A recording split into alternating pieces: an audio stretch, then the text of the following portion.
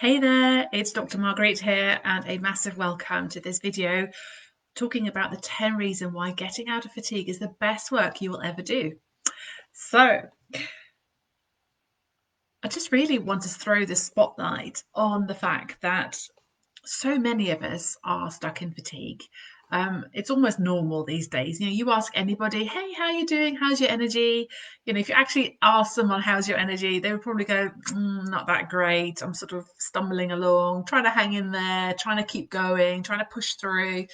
This would be really normal. Now, most people might not actually tell you that because they don't want to kind of look like they're struggling and not on top form. But the truth is, for so many of us nowadays, this is our everyday normal. And therein lies the problem. We normalize it. We think that this is the way that it's got to be in order to just, that this is just how it is. And we have to settle for that.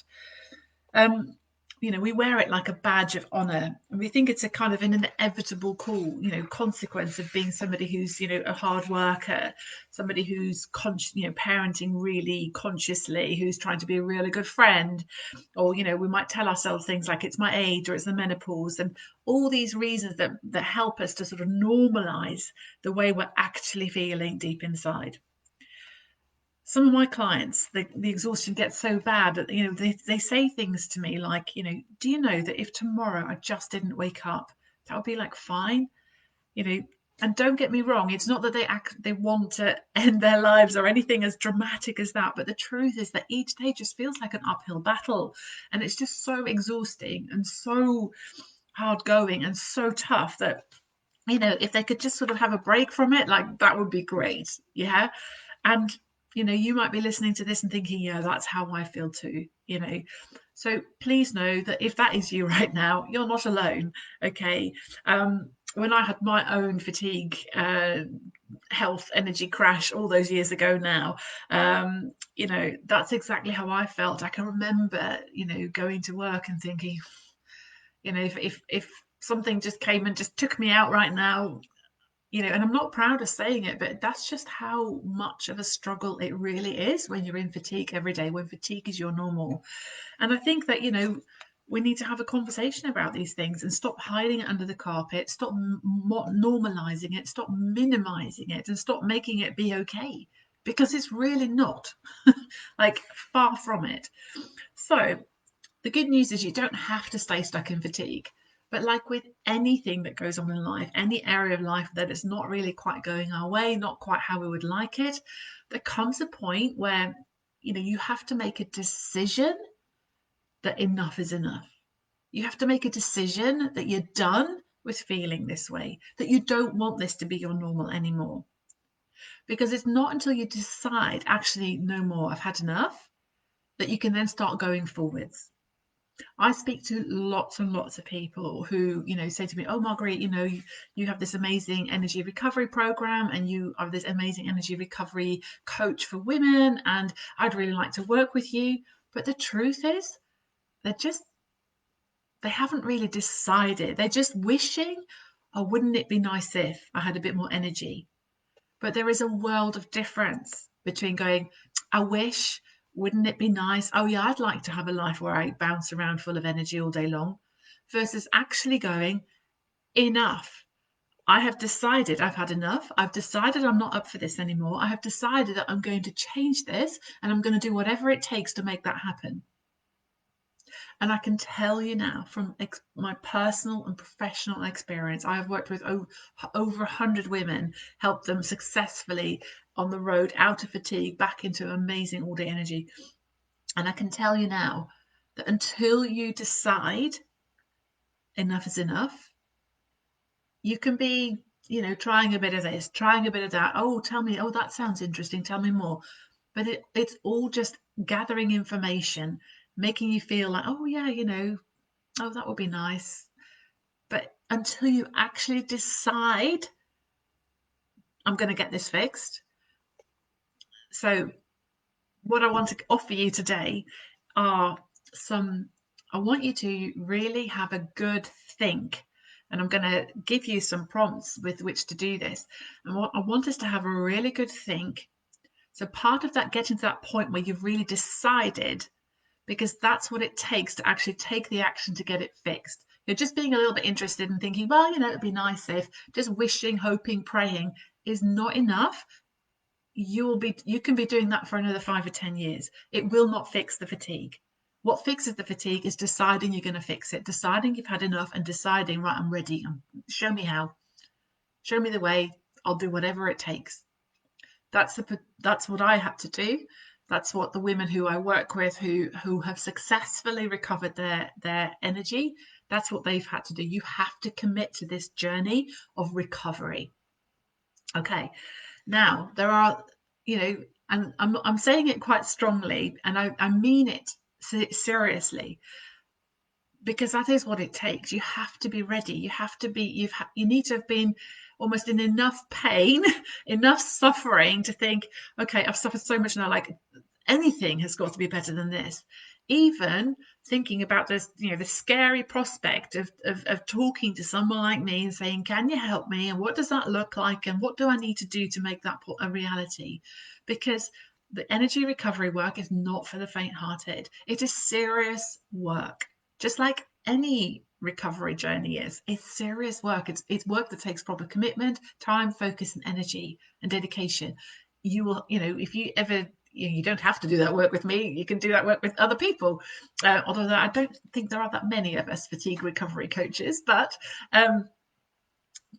that issue aside, this is not me saying, the truth is you have to be ready.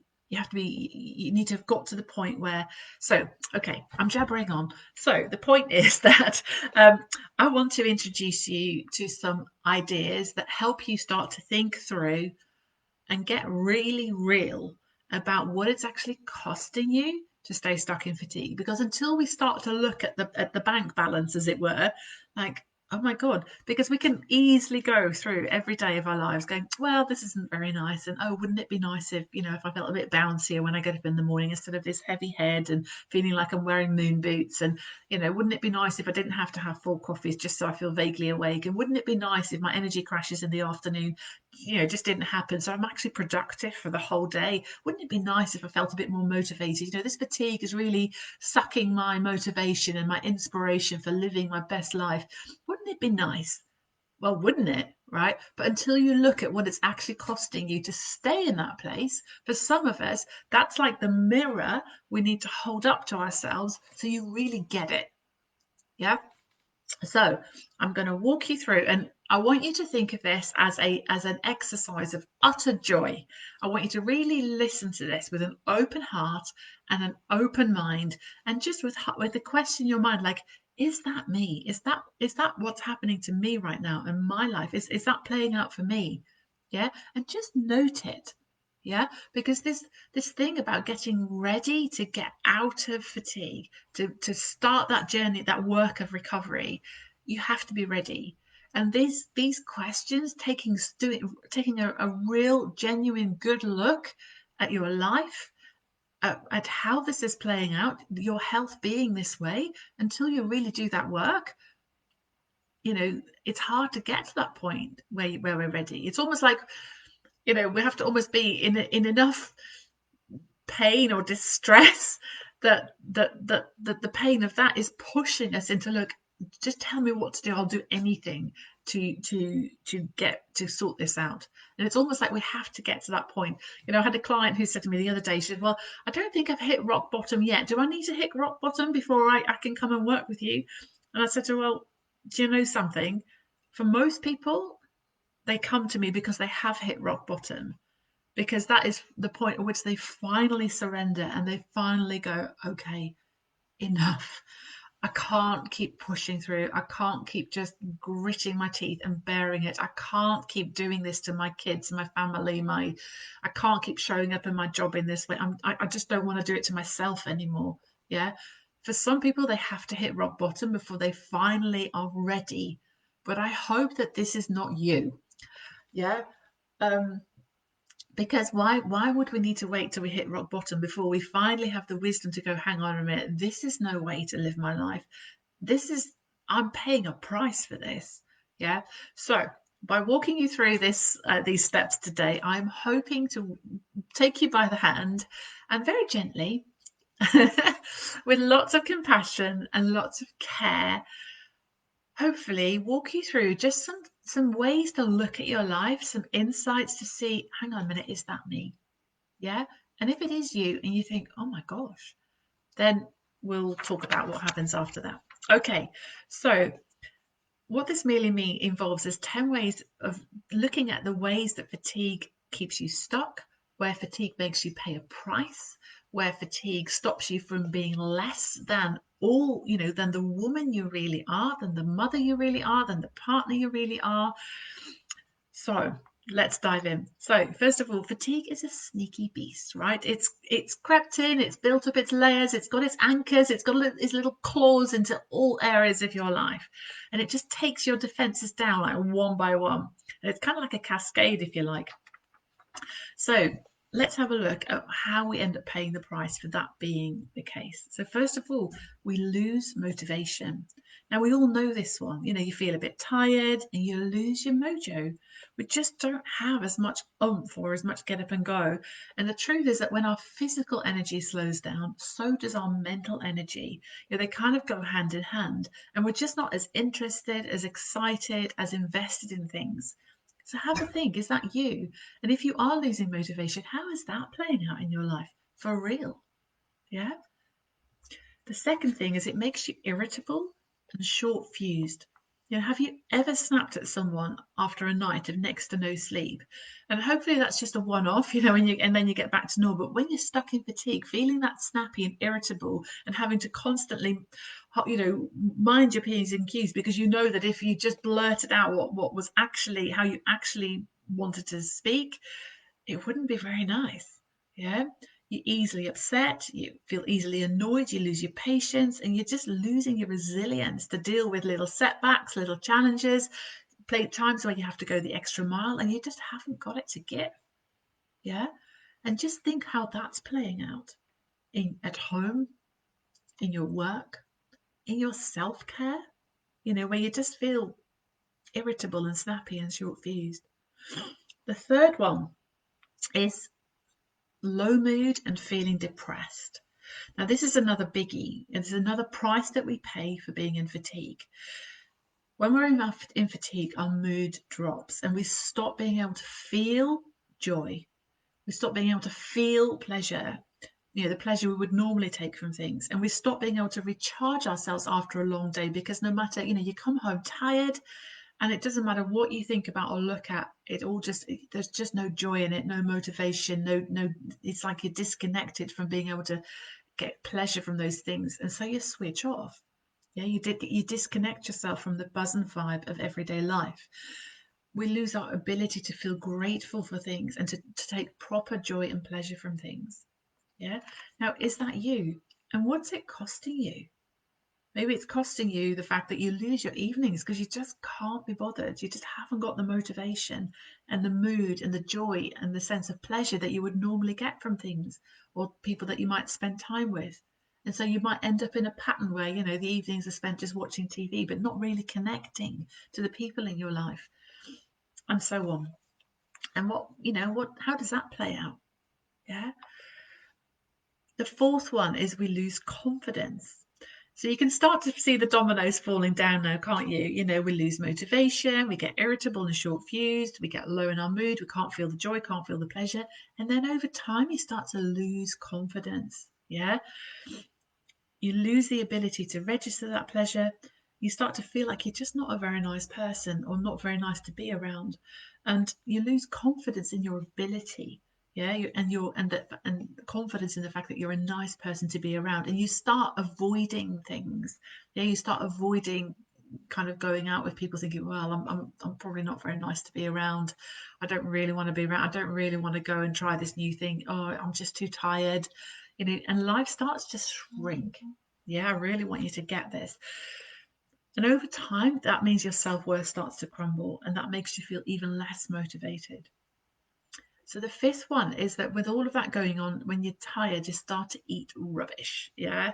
So the dominoes are really starting to crash down now, because as you lose motivation and energy, your self-care goes out of the window and we start eating rubbish. You just throw any old thing quickly into the microwave or pop it into the oven.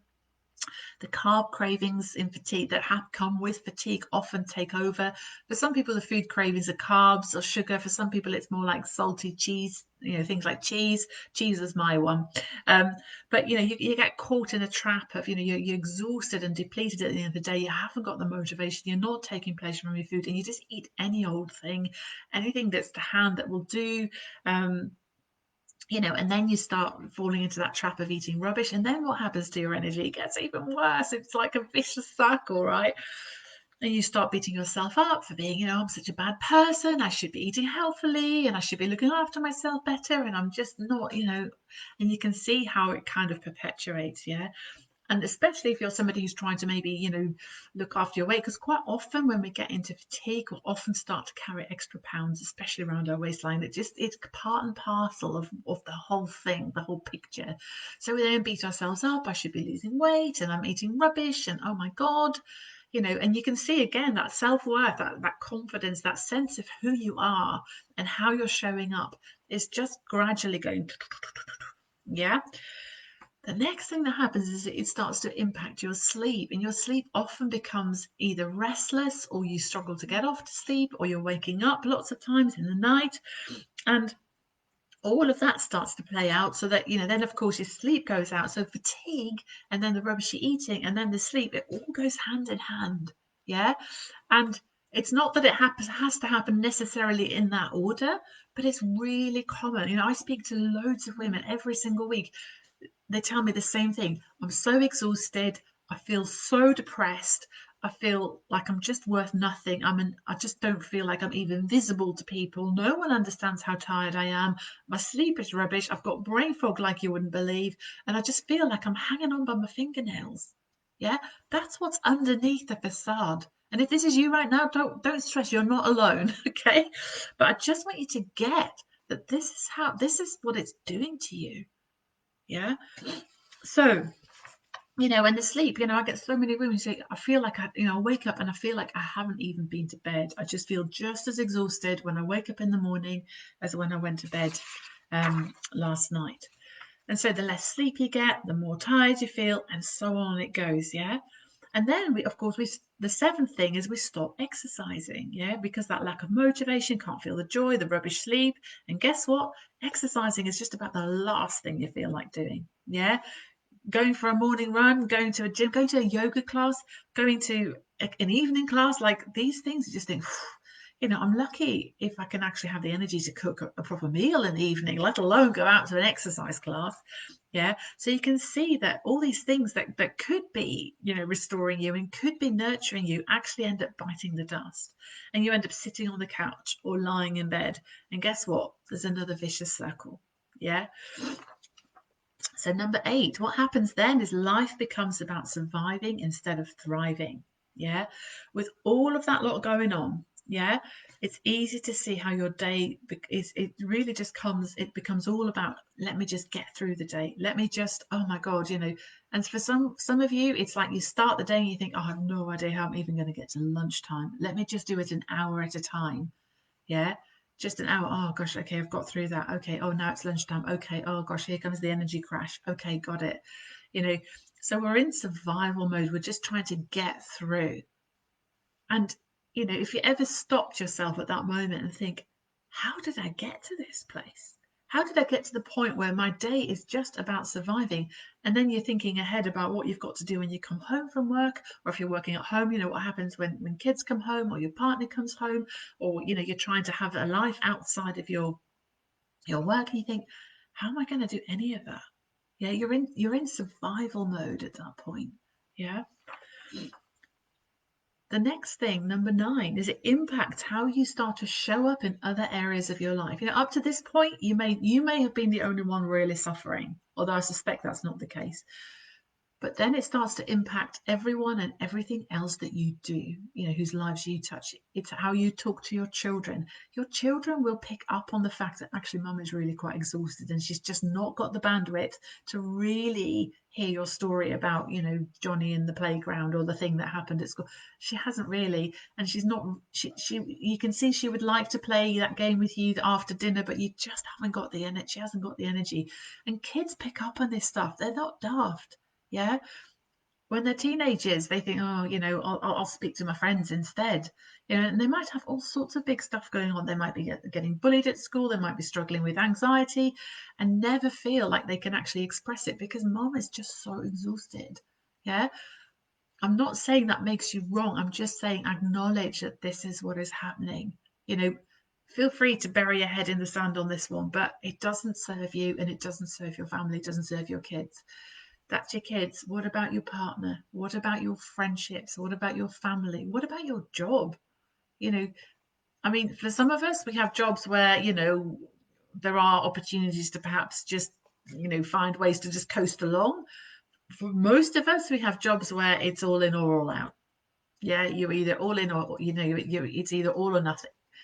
And, so if you're any kind of job, if you do, especially if you work with people, if you're teaching, if you have a job that involves a lot of responsibility,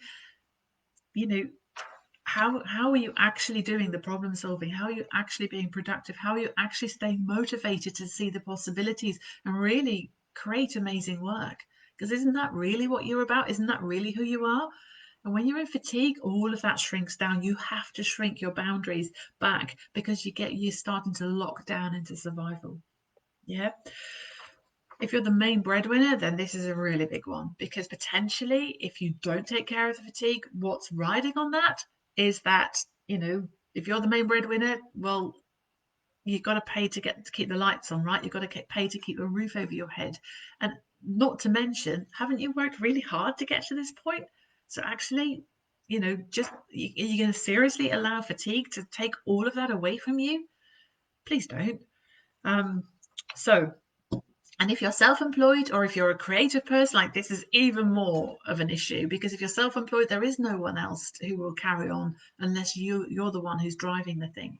So, and the last one is that your relationships suffer. So number 10, the ways that fatigue keeps you stuck, tampers with your quality of life, is that your relationships suffer. Yeah. Because all of that stuff leads you to just wanting to shut off from the world, from life, from people you love and care about. Yeah. And the biggest tragedy of all is that actually it shuts you off from yourself. Like I say, you go into surviving, not thriving. You become less of who you are. You're not the woman you used to be. Where did that sparky version of you really go? Where did she disappear off to? We want her back. The one who had all the ideas, the one who was always up to stuff, the one who was always making exciting plans and looking forward to things. Where did she go? Yeah, because fatigue robs you of all of that. Yeah. And it's a big price to pay. Yeah. So not only do you not get to enjoy your own greatness and your own amazing ideas and your motivation and your joys in life, neither do your children, your partner, neither does your work. Everything gets eroded because of your fatigue. So, and like I said at the beginning, when a client says to me, I feel so bad, I feel so worthless, so useless, and I don't even recognize myself anymore. If I didn't wake up tomorrow, that would be okay. And like I said, I get it. I've been there. Others have been there. And if that's you right now, you won't be the first or the last person to experience that. So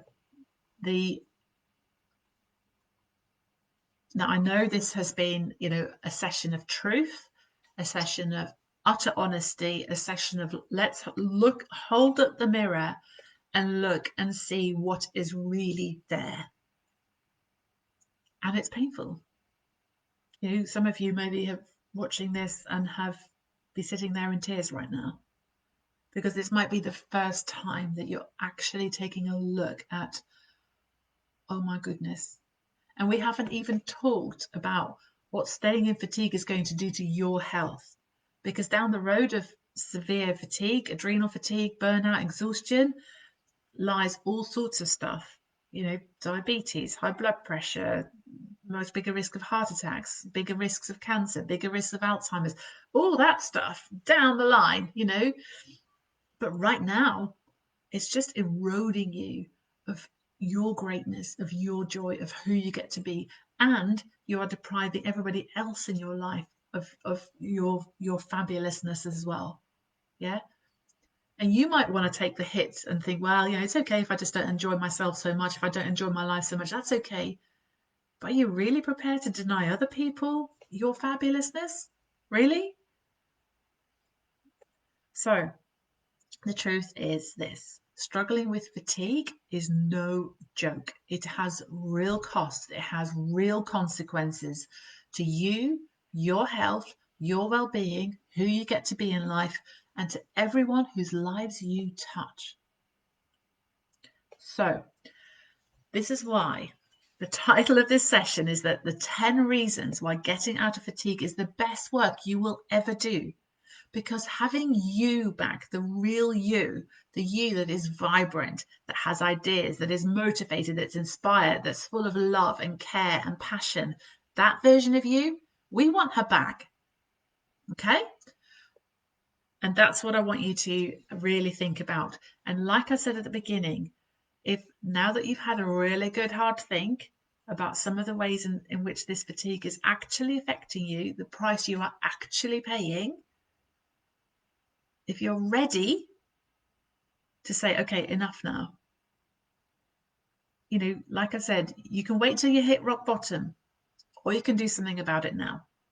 But either way, you have to make a decision. I'm done with feeling this way. And if you are done with feeling that way, that's the time you pick up the phone to me and you go, Margriet, help. Yeah, because this is my area of expertise. It's helping women just like you out of fatigue and exhaustion back into amazing health. Now, you may already have booked a call with me. You may not yet have picked up the courage to book a call with me. But at the end of the day, just be very honest and real with yourself. Decide, do I want to stay in fatigue or not? Because you don't have to stay there. It's a choice.